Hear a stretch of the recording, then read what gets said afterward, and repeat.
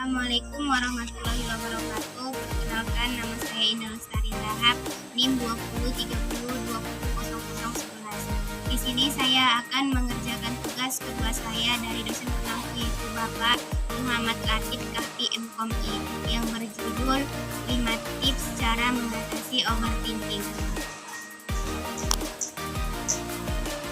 Kita mulai dengan kata overthinking.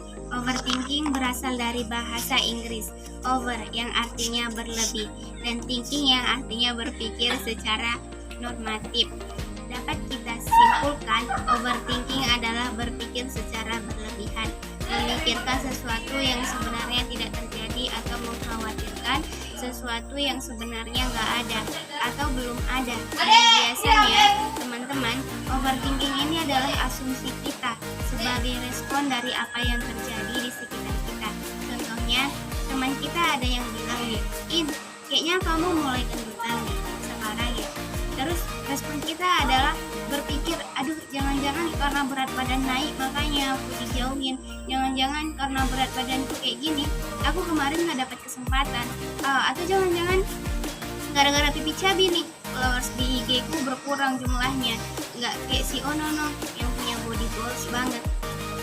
Makanya banyak yang suka, yang nge-like, dan banyak juga yang ngasih komen dan mengapresiasikan karyanya dan seterusnya. Dan ini masih di skala kecil. Bagaimana jika kita dihadapkan dengan skala yang besar? Kita bisa mengkaitkan dengan masa depan atau orang-orang yang ada di sekitar kita dengan asumsi kecemasan dan ketakutan yang sebenarnya adalah respon dari apa yang terjadi di sekitar kita. Nah, teman-teman, semakin kesini kita makin belajar bahwa seseorang itu tidak dinilai dari apa yang terjadi di sekitarnya, apalagi di luar kontrolnya.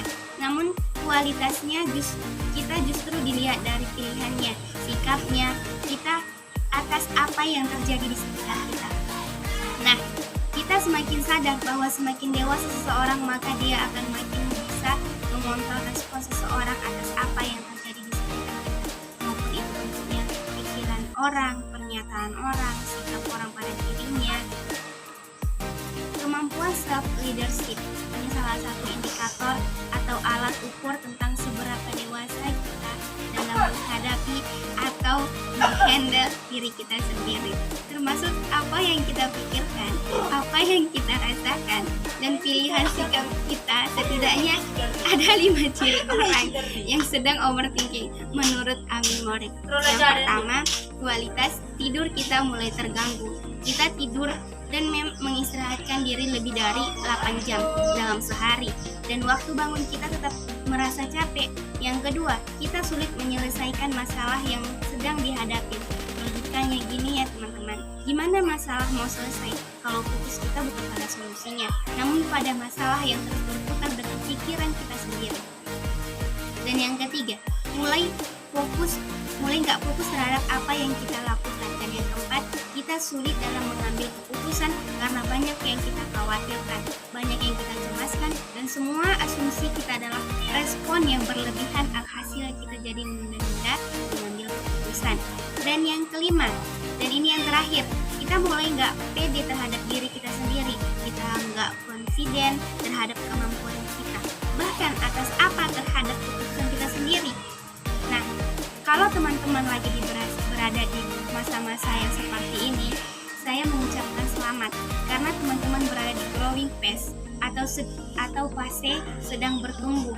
Karena hanya mereka yang mulai belajar dewasa, yang mulai memikirkan dampak dari apa yang diucapkan, positif maupun negatifnya, serta konsekuensi terhadap sikapnya. Hanya mereka yang belajar dewasa, yang berpikir bukan hanya tentang dirinya, tapi juga orang lain, yang hanya mereka yang benar-benar dewasa, yang pada akhirnya mau menerima dan fokus pada penyelesaian serta apa yang dilakukan.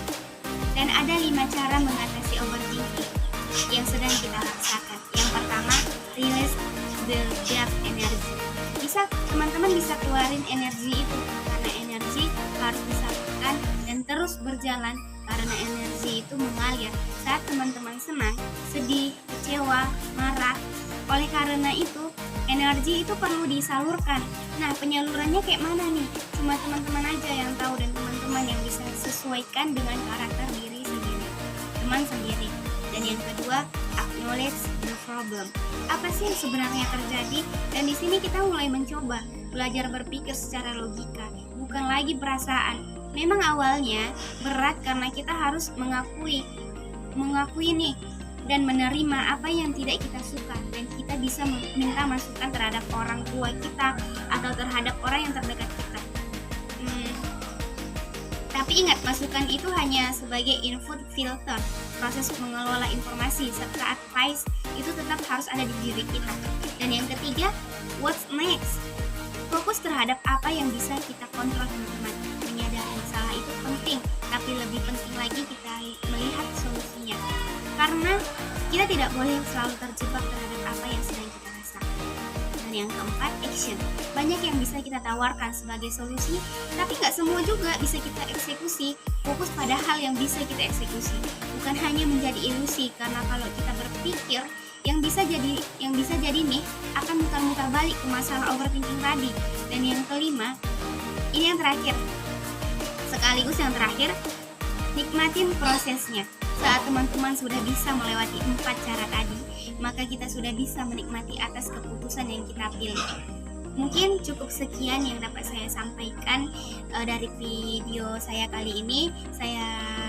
Jika ada salah, saya minta maaf. Kepada Allah saya mohon ampun. Saya akhiri dengan salam. Wassalamualaikum warahmatullahi wabarakatuh.